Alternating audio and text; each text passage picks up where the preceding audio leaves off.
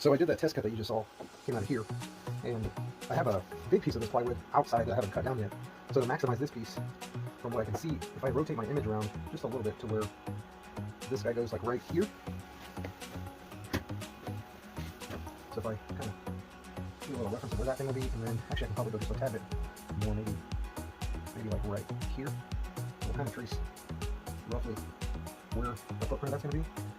So like right there, and right there.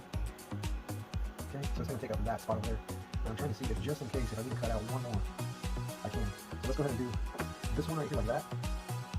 And then we're going to do another one maybe. If that one doesn't work, we'll do another one right here. So we're just trying to maximize this piece as best as we can. And on our program, I'm going to copy him. And then kind of how we have it rotated on there, I'm just going to sneak up on here. That should be good. So now we're going to duplicate this. And since we already cut this one out, we're going to delete him. And then we're going to get the machine back to 0-ish. We're going to raise that dust chute too, just because we don't want it to drag. So let's raise it a little bit. I'm going to move back just a tad bit. And then we're going to hone it.